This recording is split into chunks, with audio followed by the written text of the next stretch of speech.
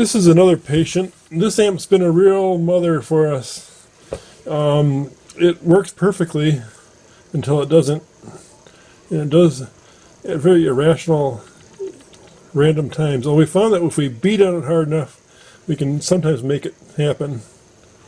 So I isolated the PC board, so it's like shock isolated from the chassis, and we could still make it happen, but beating on the chassis, and I really couldn't, if I beat it on the PC board, it didn't seem to happen. So we're thinking that we got a short in our transistor assembly. We had another situation like this on one of the Tiger Sauruses last year, or a couple years ago, whenever it was. How long ago was that? Long ago, 2015, I believe. 3 years. So anyway, we've got these two red leads are hooked to each transistor's collector, and we got them to the meter here, and the meters are both grounded. So if they short to ground, we'll see it right away. They'll go to zero if either one hits ground. And we did see that in an earlier test. That's why we went ahead and tore this top transistor apart.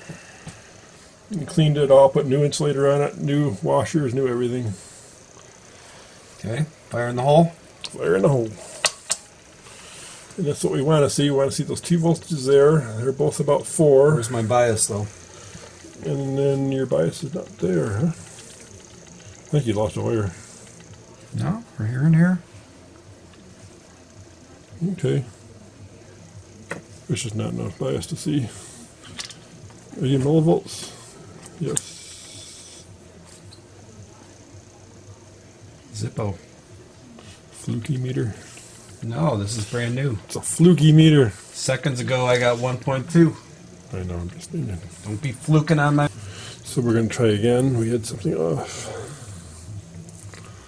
Okay, 1, 2, 3. Okay, we had the light go bright and dim. That's what we want to see. We've got neither of these meters going to zero. It's our short condition. What are we doing on the bias? We can see our bias is 2 millivolts.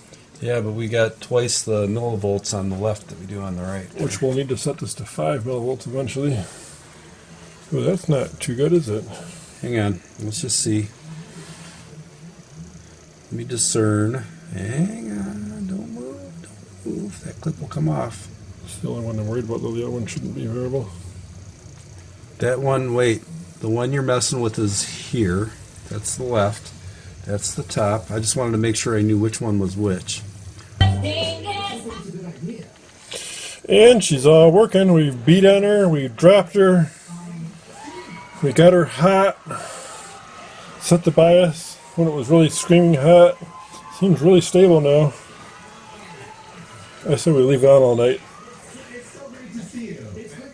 But it looks like we fixed it. Looks like it was some kind of contamination in the heatsink, giving us an intermittent short on the collector of the top transistor, which we pretty much documented, so I think we found the problem.